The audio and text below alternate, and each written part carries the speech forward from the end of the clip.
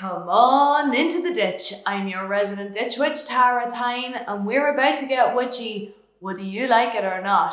First off, top of the video, I would like to say a huge thank you and welcome to Derek Healy, who is my most recent member to sign up to my 7-level membership option on my Diary of a Ditch Witch YouTube channel.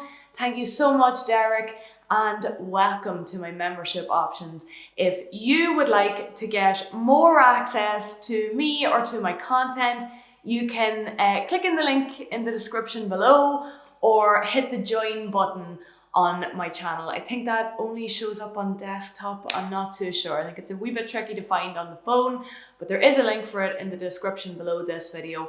And otherwise, if you would like to just support the upkeep and maintenance of this channel, you can buy me a coffee, and the link is also in the description below. So today I want to talk to you about Magdalene Laundries. Okay, first of all, we're going to begin with the Oxford Dictionary's definition of terrorism, and that is the calculated use of violence or threat of violence to inculcate fear. Terrorism is intended to coerce or intimidate governments or societies in the pursuit of goals that are generally political, religious, or ideological. Okay, and if you've never heard of the Magdalene Laundries, I've got a booklet here which has statements from a couple of different experts on the subject, and I'll explain what this booklet is in a few minutes. But first up, we're going to hear from Catherine O'Donnell, Associate Professor in the School of Philosophy in University College Dublin. So first up, the women who were sent to Magdalene Laundries were considered to be fallen women. That is, that they had fallen into sins of the flesh, which in an awful lot of cases was unconsensual, or just that they were deemed likely to fall into the sins of the flesh. So we'll get more into who that actually consisted of. But a point that's made just below that, the reason for these, they were actually set up in the 18th or 19th centuries by the church in response to the Irish famine, one of our worst bouts of famine in this country. And the idea was to offer sort of relief in the form of food and shelter and training for some of the women in order to teach them how to work in service. But when the Irish Free State was established in the 1920s, Irish patriots were eager to establish their control in symbolic and material terms. They wanted to assert an Irish national discourse of moral probity and purity, particularly in relation to the former colonizer. The British Empire might be vastly wealthier, but the Irish state would maintain a sense of supremacy on the higher moral ground. So that is both political and religious aims going on there, agendas that are being pushed, and ideological ones too. So as far as I'm concerned, there's no getting around that definition. The Catholic Church, if not everything that's ruled by the Vatican, is a terrorist organization. So yeah, there was a heavy emphasis on ensuring social purity and respectability. Now, I'm not going to use the terms that I actually mean here, such as abuse and similar, because YouTube doesn't like those terms being used. And also, I'm very keenly aware of not triggering any of the many people affected by this who could potentially be watching this video. And the Free State, the Irish Free State, the new republic, maintained a system of incarcerating vulnerable women and children for most of 20th century Ireland.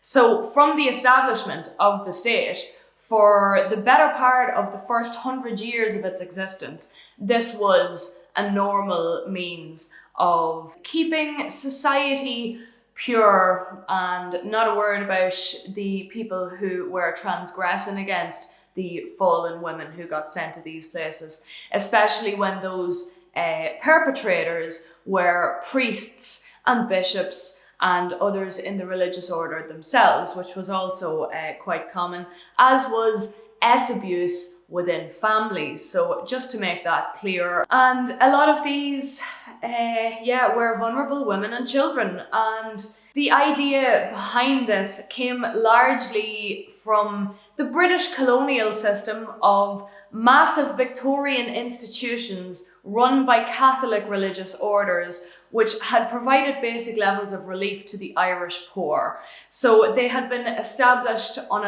a wide scale across the country. We didn't have any here in Dundalk, but we had our own abuses going on too. I mean, how did they get so much support? So in the new state particularly, and even after famine times, those who were aspiring to gain social respectability for their families joined religious life in great numbers. Like, a lot of you watching will remember a time when becoming a priest or a nun was a great honour for somebody in your family, and it dragged up the status of your family name by having one or other in the family. The last of these Magdalene Laundries only closed on Sean McDermott Street in Dublin in 1996, okay? The orders who ran these institutions while they were open, we're going to name and shame them now. They were the Order of Our Lady of Charity of Refuge, the Sisters of the Good Shepherd, the Congregation of the Sisters of Mercy, and the Sisters of Charity. They really changed the nature of the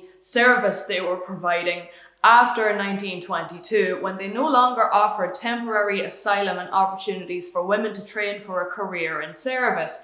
They did not have a rationale of benign penance, but increasingly were deliberately punitive.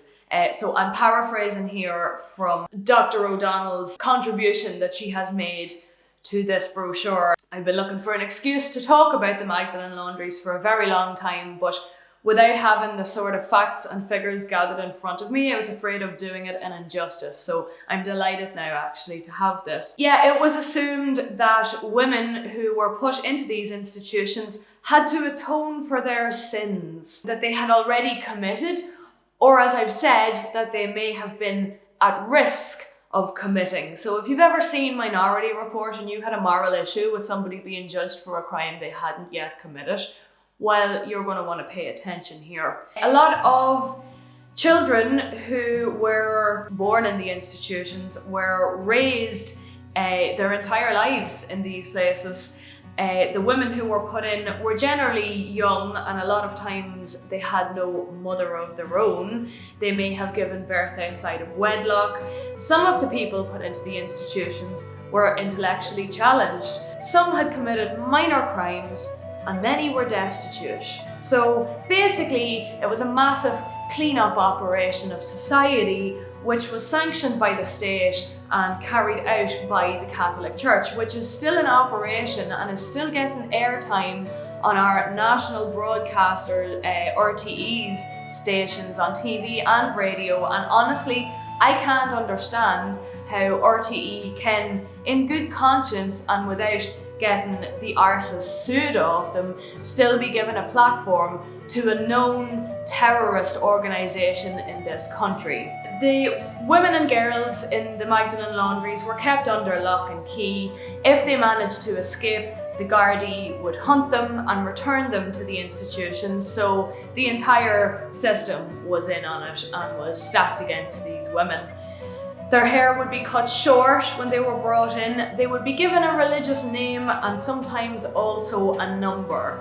The idea was to erase their former identity. One of the terrible after effects that we are still feeling in this country is that because of the erasure of names and replacement with new religious names and numbers, there are still mothers and children in this country who are trying to find each other, but the records have been sealed, okay? I can't even. This makes me mad and sad in equal measure. In the institution, they would rise at 6 o'clock in the morning, they would go to mass, they would work without pay for 6 full days a week at laundry or needlework. They slept in dormitories and they were often cold. The food was meagre and poor. Sanitary and hygiene facilities were degrading. If they broke the rules, they would be put often into solitary confinement without food. Friendship was forbidden. Ritual humiliation was commonplace. They'd be told, "Nobody wants you, that's why you're here." Letters that the women would try to send outside of the institution were censored or undelivered. The same for letters coming into the institution, as far as I've heard. Visitors were strongly discouraged, and on the rare occasion when a visitor would be let in, it would be under supervision of a nun. Co-inmates would often disappear without notice or explanation. It's presumed, and would have been presumed at the time, that they'd be moved on to a different institution or a different place, but really, who's to know? Because it's also said that over half the girls and women who were incarcerated in at least 2 of the institutions, namely High Park and Donnybrook in Dublin, that approximately half of those girls and women died whilst they were incarcerated between 1954 and 1964. Now, the reason I have this brochure is because we are honoured here in Dundalk to currently have a glass artist who focuses on exactly the fallout of these Magdalene laundries. And she has an exhibition here at the minute. Her name is Alison Lowry. I actually had a chat with her last week. I was delighted to meet her. I didn't catch it on camera, unfortunately, but there's a lot of information in this booklet. I think what sparked Alison's work in the field was the discovery of Tuam, County Galway, and some of you watching this are probably already familiar with it. There was a local historian in County Galway on the beautiful west coast of Ireland called Catherine Corliss, who knew local folklore about what had been buried, what secrets had been buried in a graveyard in her local Tuam. It's only through that woman's research and complete dedication to the cause that it has been brought to light that 796 children, mostly infants, died and appear to have been buried in an unused septic tank from 1925 up to 1961 in the Tuam Baby Home run by the Bon Secours Order. And most of you who have heard of that will be aware of how hard the Irish state is still fighting to keep all of that swept under the rug. As I say, the records have been sealed. They won't even release them in redacted form. And they are silencing the voices of people like Diane Crahan, who was only 8 years old when she was taken by a local priest to a laundry in Wexford, escaping at the age of 13 by smuggling herself out of the institution in the back of a laundry van. And the voice of Catherine Whelan, who entered a Good Shepherd laundry at the age of 14, when her father abandoned her there following his remarriage after her mother's death. These people are being silenced. They're being shut up because it's too much money to pay proper reparations to them. I don't know who's losing out on mothers and babies finally meeting each other after all of these decades, but that's also being prevented. Maybe they're afraid of the secrets that are going to come out. And I think they should be afraid. I think they should be very afraid, because I think people are never going to forget about this. Once we've learned about it now, we'll never trust you again. We're never going to send our children to you in the same numbers again. And in fact, I'll never baptise my child, and unless you're very staunchly Catholic, I'd urge you to question why you're doing it either. You're signing your child up to be used for figures, justification for the atrocities committed against the people in this country by this religious order and sanctioned by the state, parties which are still in existence. And as I said, the artist who has been working on this is Alison Lowry, a glass artist who is based in County Down, and she's won many awards for her work. It was Tuam that really kicked it off. But I'm going to take you now. Let's get out of here and go walkabouts. We're going to go have a look at Alison's work. One of the things I love about working here in Anton Arts Centre is that I can just get into the magic elevator and be transported to another world. We're very, very lucky to have the basement gallery here, which you've seen me do videos from before. and that's where we're going to head now. So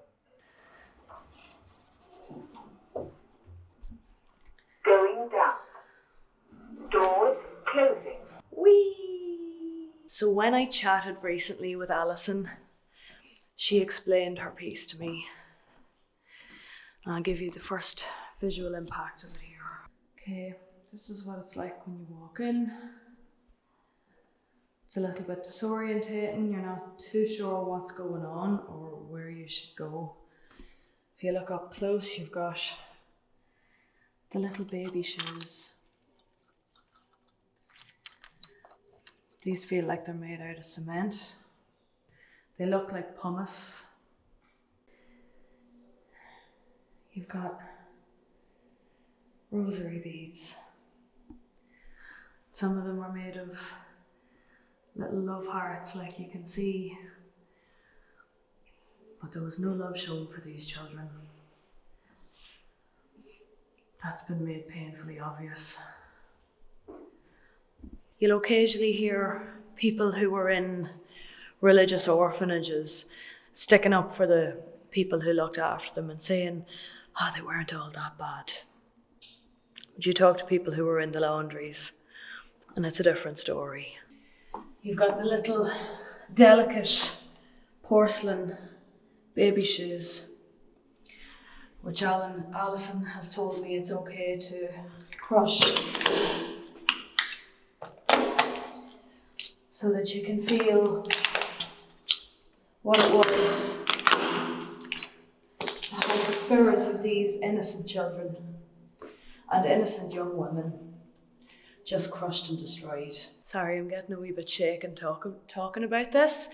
You can see behind me here, printed on the wall, there's the image of a very large cemetery in Belfast called Milltown Cemetery, which would be known for the Republicans who have been interred there. What isn't so widely known about it is that, according to a friend of the artist who does geological surveys and scans, she reckons there's up to about 40,000 unmarked graves of babies and young children in that cemetery. Sorry. And people go there and they put crosses up, but they don't even know if they're putting them in the right place. And that same graveyard has a section called Priest's Row. It's full of priests and probably bishops too. And it's a sin. If ever there was such a thing as a sin, that's a sin.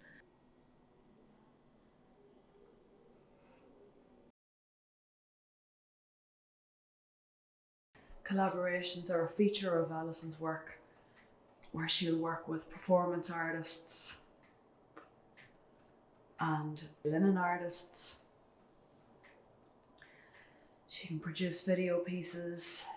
She sometimes works with clay, as you saw.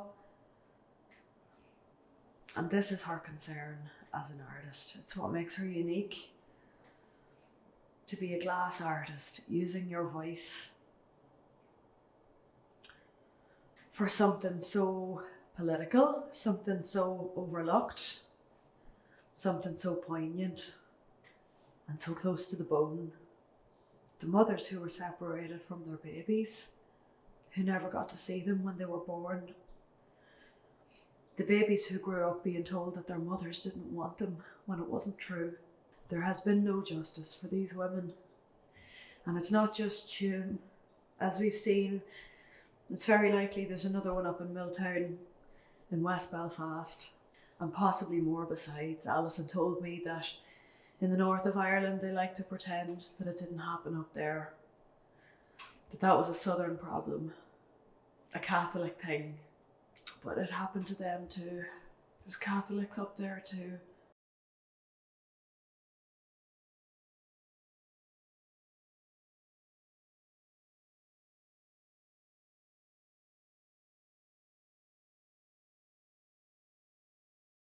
And there you have it, one of the most powerful exhibitions I've ever seen in this place, and I've seen a few. Well done to Alison and her team of artists for shining such a powerful light on this. I can't even, folks. I have to go and have a cup of tea and a sit down now. It's too much. I'm in an awful way. And that's what good art is meant to do. So hit subscribe for more fun and witchy adventures. I upload 2 to 3 times a week. I'm not usually crying, so you're probably not going to want to miss it. Slán agus beannacht, goodbye and good luck to you.